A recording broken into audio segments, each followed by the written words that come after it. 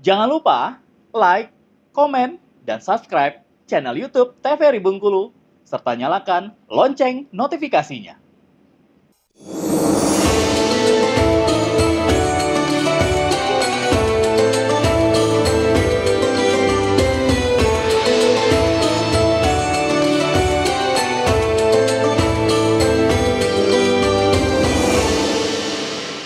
Ya pemirsa, terima kasih Anda masih bersama kami dalam Mutiara Kolbu dengan tema kita kali ini membahas mengenai kekuatan zikir.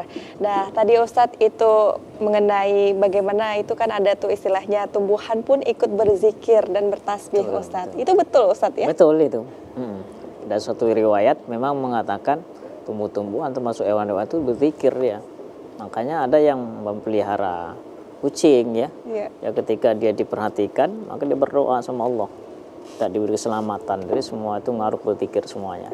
Cuman lebih kepada kita, ini kan lebih kepada hamba ya, yaitu makhluk Allah yang paling sempurna. Gitu kan. Allah. Nah, itu lebih kekuatan di situ ya. Baik, mungkin bisa dilanjutkan yang tadi Ustaz, materinya silakan. Jadi kembali kepada kekuatan zikir tadi ya. Zikir ini kan berbagai macam bentuk, ada yang bentuk istighfar ya, zikir ini. Ya.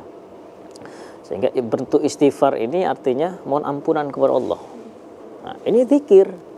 Kita merasa nih kalau ada dosa, maka kita ingat kepada yang pencipta supaya dosa kita ini setidaknya mengurang walaupun nggak habis. Nah, makanya istighfar, astagfirullahaladzim, astagfirullahaladzim. Jadi dalam surat Al-Imran ayat 17, kekuatan keutamaan istighfar tuh ada tuh. Zikir bentuk istighfar ada 4 itu.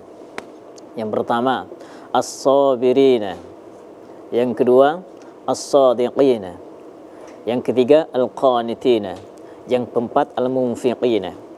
Jadi zikir bentuk istighfar ini keutamaannya, kekuatan yang pertama, kekuatannya itu segala persoalan itu dengan mudah kita menghadapinya. Kenapa? Dilapangkan dadanya oleh Allah, ditambah as-sabirin, ditambah kesabarannya. Pertama itu kekuatannya zikir bentuk istighfar. Kemudian yang kedua as-sadiqina, ya, bukan sedekah ya, tetapi itu kejujuran, ditambahkan kepribadiannya kejujuran. Artinya ketika efeknya ketika kita mau melakukan sesuatu yang kira-kira memang ini jelek, memang tidak layak, ketika mau tanda tangan, punya kekuasaan tanda tangan, ketika ada kejujuran ditempelkan dengan Allah karena istighfar tadi nggak jadi. Itu kekuatan menghalangi dari perbuatan yang keji dan mungkar. Itu. Kemudian wal qanitina, setiap melakukan ibadah dikhusyukkan oleh Allah Subhanahu wa taala, melakukan ibadah. Jadi ketika dengan itu istighfar tadi, zikir bentuk istighfar, melakukan ibadah itu akan menambah khusyukan. Ya walaupun susah untuk khusyuk. Ya masalah khusyuk itu urusan Allah. Terima enggak terima, mau khusyuk enggak khusyuk itu urusan Allah. Ya berarti kita melakukan ibadah untuk zikir terutama sholat tadi.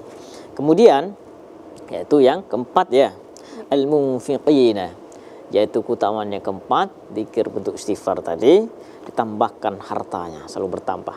Warzaqahu min haitsu la yahtasib, dari jalan rezeki yang tak terduga-duga. Itu keutamaannya. Ada lagi mau di ini? Di sela-sela ini Julia mau tanya Ustadz, ini kan begitu banyak keutamaan-keutamaan dari zikir tadi yang sudah Ustadz sampaikan ya. Tapi bagaimana Ustadz, kadang-kadang kalau dibicarakan saat ini sepertinya mudah sekali, tetapi ketika dipraktikkan ke dalam sehari-hari itu kadang-kadang lebih banyak bicara untuk kegiatan sehari-hari aja Ustadz. Bahkan zikir itu sering terlupakan Ustadz. Bagaimana itu Ustadz untuk membuat diri kita itu konsisten begitu Ustadz, untuk senantiasa mengingat Allah dan berzikir begitu Ustadz? Jadi begini, terkadang kita itu seperti baca Quran ya, zikir bentuk baca Quran, kita anggap biasa-biasa aja kan. Karena nggak tahu manfaatnya, kekuatannya zikir membaca Al-Quran tuh. Kalau kita tahu membaca Al-Quran itu, kata guru kiai saya, baca Al-Quran walaupun satu ayat. Misal alhamdulillah itu Al-Fatihah itu hafal, kita baca alhamdulillahirabbil alamin, sudah tutup. Mau menghafal apapun itu kuat IQ-nya itu. Ingatannya itu tajam.